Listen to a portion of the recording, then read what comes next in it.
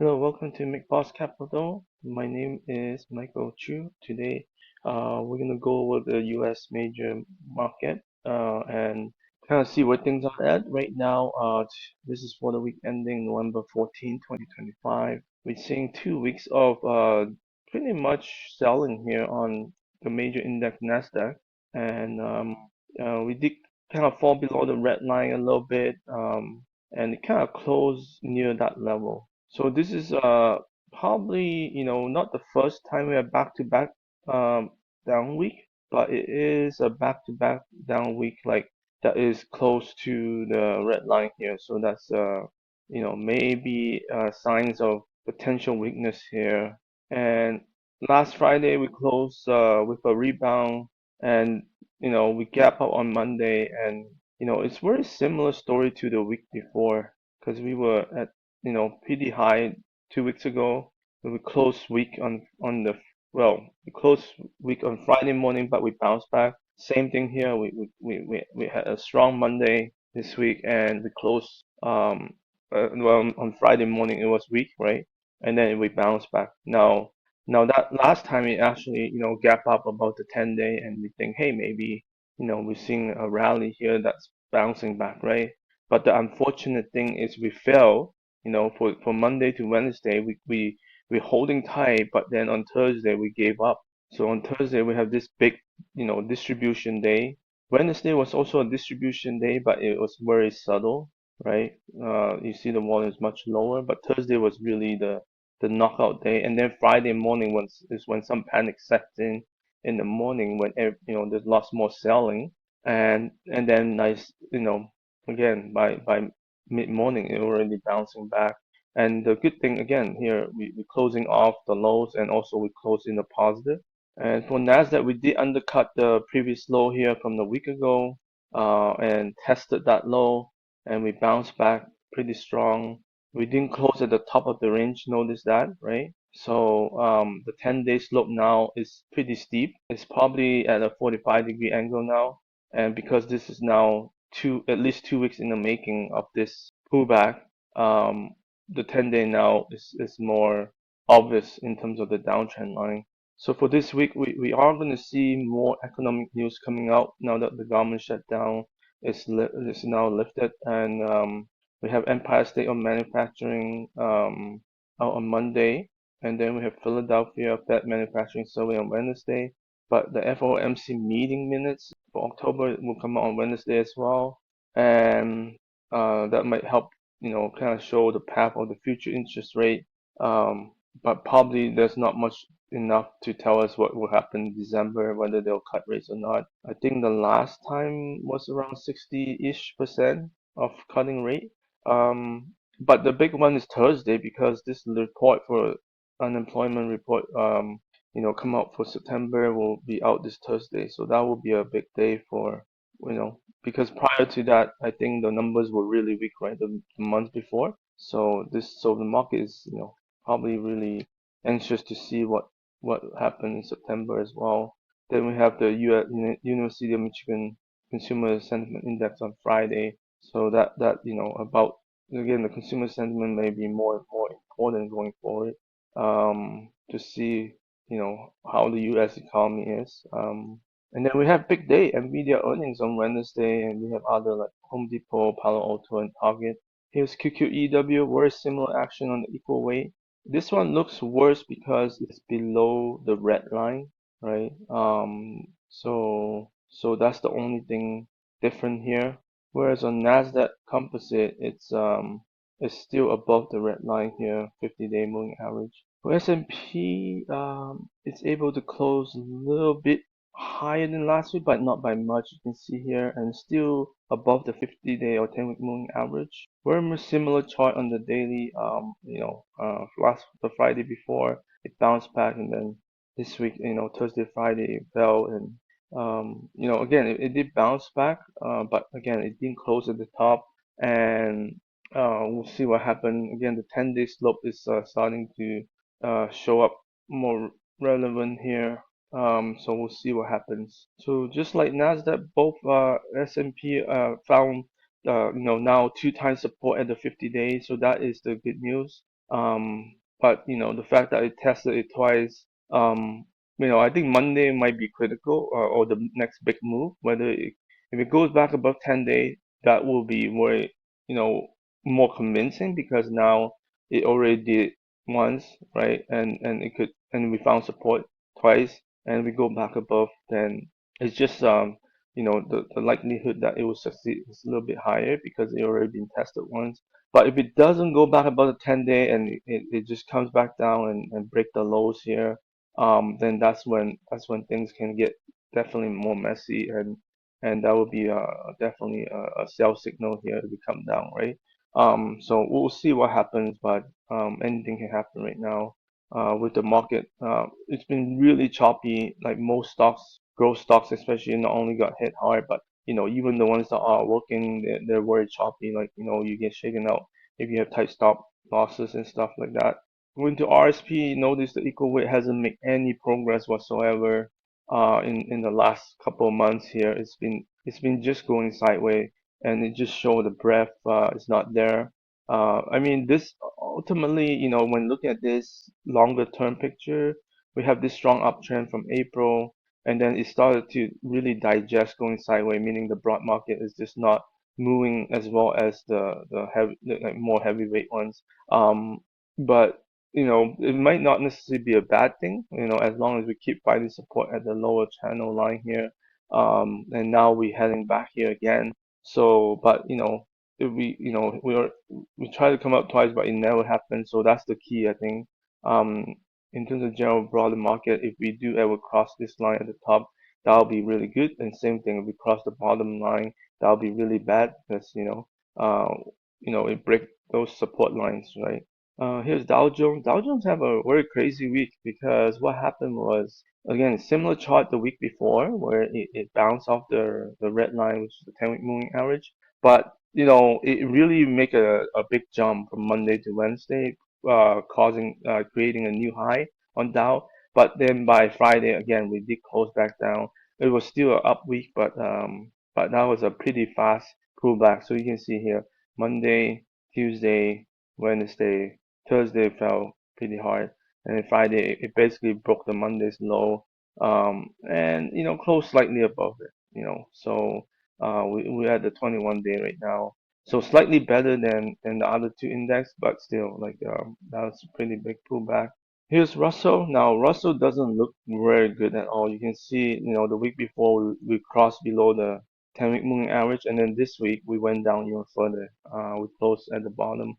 We make new low, new closing low as well, and yeah, it looks a lot worse here. And you can see this long-term trend line on the daily chart.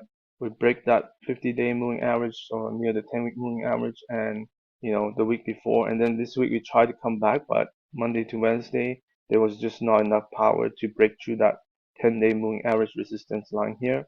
And then Thursday we see this huge down day making a new low, and Friday we get another new low, new recent low, and then before we're closing at the top, near the top of the range. So again, we define support here.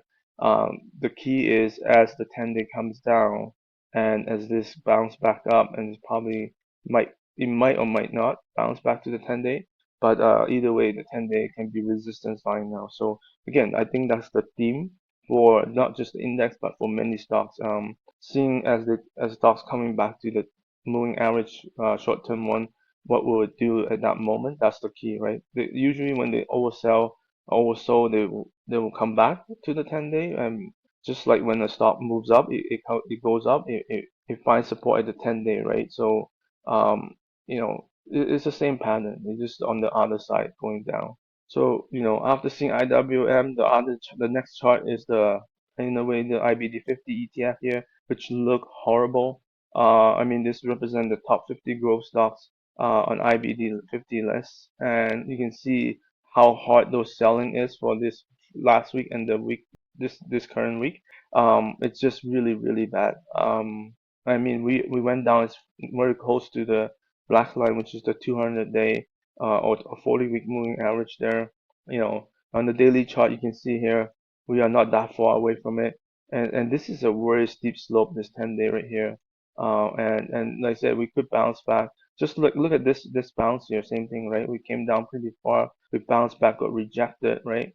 And then it got rejected, It just couldn't keep up with the 10-day, and it falls harder. And then we probably expect the same thing here. If we break through on and hold, able to hold like at least 1 or 2 days, and then follow through with a new high, that's what then that will be a better signal that potentially we could be bouncing back. So that's what I would be looking for. Here's the 10-year yield. It did jump pretty hard on Friday. I think it closed around 4.15%. 10-year yield. The US dollar did come back down a little bit this week. So, but yeah, that didn't help the market at all. The oil price kind of fluctuate in between. Um, there is some oil stocks ruling. We'll talk about that in my next video. If you follow that, about my growth stock list, there is some oil and gas stocks ruling, which is interesting. Gold stock, they tried to bounce back, but Thursday, Friday, it suffered the same damage as the market. Although this chart looks a lot better because we are now back above 10-day again, bounce off the 10-day on Friday. So perhaps, yeah, that's an opportunity to get into gold, maybe, right? We'll talk about in the growth stocks video about gold stocks as well. SLV, silver, this one wasn't as strong. The bounce is not at the high of the range, but it did bounce a little bit. Uh, Bitcoin continued to go lower. This downtrend line is quite steep here, and you can see the channel line as well. Yeah, here's the 1X semiconductor. Also down 2 weeks, but we're still above the 10-week moving average. So like I said, Friday's bounce really helped a lot. At least it didn't close at the bottom range here, like at the bottom. It's near the middle range. So here the chart is very similar to the index on the daily, but again, we have this 10-day moving average slope right now, from the upper channel line, kind of similar, and bounce support at the red line here. So we see this diamond pattern crossing, and either we break up or we break down. We'll see what happens there. We'll start looking at the big cap. Let's look at Nvidia for a second. For Nvidia, you can see we're also in the downtrend. The biggest problem with Nvidia, and many growth stocks is recently, the last week we bounced from Friday to Monday, but it kind of gave back very, very fast. Like look at Tuesday, Wednesday, it's already back down near the 10-day. And the next move would be to bounce off that, but obviously we went the other way on Thursday, and then Friday we went down further before rebounding. So it's the same pattern that we're seeing across many growth stocks. This and I'm talking about even the stronger ones. There's always a few that buck those trends that are still moving up. But the majority of them are seeing this pattern. And again, I think like we found two lows that are very similar, and that low is very important because psychologically, if we break that low, we probably will be heading down a lot lower because you got to ask yourself the question, why is no one buying at this support line here where it's been support so many times? When we look at Broadcom, also break the lows here. Again, the bounce is, I mean, it's okay, but again, it's still way below the 10-day. AMD looks slightly better because you see the lows here are much higher. Also, we are at the 10-day. We bounce back to the 10-day. TSM is has a newer low, very similar to Nvidia picture, still below the 10-day. Hello, next we look at the IGV, the software ETF here from iShares.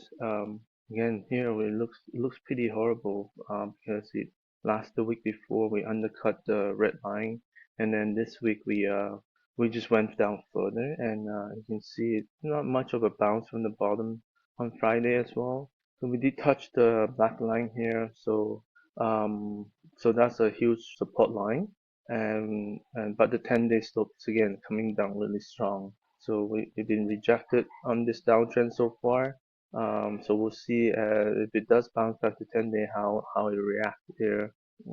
Here's Palantir, very similar chart to probably Nvidia, except this one is a little bit worse because we come back down really fast, make a new low on Friday before bouncing back.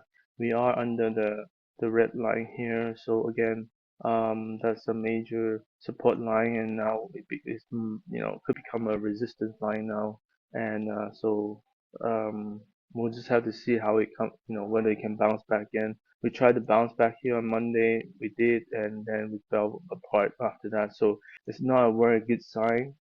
Definitely relative strength has been going down. Here's Microsoft chart. This week it looks kind of stable. You can see the relative strength line actually came back up. So that it didn't make new low, and we found support at the bottom here. We're still below the 10-day moving average, around this level right there. So we just near that all the moving averages are converge here, and so we break above here, that'll be very positive. With Google, the chart looks really good here. I mean, it looks amazing. And then Thursday and Friday again succumb to the same market selling pressure, and it did close above the 21-day and bounce off it. There's news that Warren Buffett disclosed new um, yeah that they have bought shares in Google, so that's some good news for Google. And hopefully, hopefully this will either kind of go sideways and then eventually bounce back above the 10-day line. So we'll see. With Amazon, yeah, this one also kind of broke down a little bit to the now below 21-day.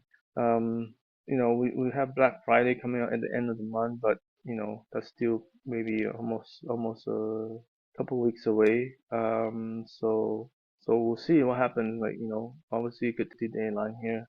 Meta platform has not done well since the earnings. Didn't really do anything, and the 10 days still, way above it. It hasn't even come back to it, and that's probably the biggest problem here, is that it never even tried to come back to it. Apple is yeah, it's very strong chart. I mean, look at how tight this is. That is amazing. Still holding the 10-day even with all this volatility. Definitely now, with Google going back down, unless it come back up fast, Apple seems to be showing probably the strongest leadership in the mega cap right now. And then we have Tesla here, also broke down below the red line here, which is not a good thing, because that's a major support line, and and that's the problem when stocks break major support line like 50-day or even 200-day. If they ever break those hard, and usually it can go down a lot further, so before they bounce, again, not a good thing. Here's Netflix, came down on earnings, but was able to consolidate, going trading really tightly, and then it started to move. That was a good sign. It came above the 10-day here, but it fell. Um, again, Thursday was actually holding up better than most stocks. You see that? But Friday, it just couldn't hold the selling pressure and give. Now it's below that red back line again. But hopefully it will still hold a low, recent low, and maybe find support and bounce out. The red line is not that far away, so if it does, come back, it'll be a very strong support level around that line near the 50-day, because this has been consolidating for quite a while now. So that's the good thing. It never really came down hard other than this one day here during this whole consolidation. So it shows that the reaction to the downside is not as bad. At least it hasn't been. And yeah. So thank you all for watching. The market is not in the best place right now, even with the bounce from both Fridays in the last 2 weeks. The market is very choppy, and let's just take a final look at the wicks. It's been bouncing. You can see the 2 Fridays here, even though they came back down. Whether we will come and challenge this high here around the 29 level at some point, I don't know. But again, it is, this market can be news driven right now, and that's not a good thing. And um, yeah, maybe because the uncertainty of cutting rates, that really put the market on ease at this moment. And maybe other macro stuff, I don't know. But earnings season is pretty much over, so we'll talk about some of those stocks in the next video. Please follow that, and we'll see what other new stocks look like. And because most stocks that have earnings that are near the top are different than the last April to September or recently. Yeah, stay tuned to that. Thank you all for watching. Have a good day, and please like and subscribe.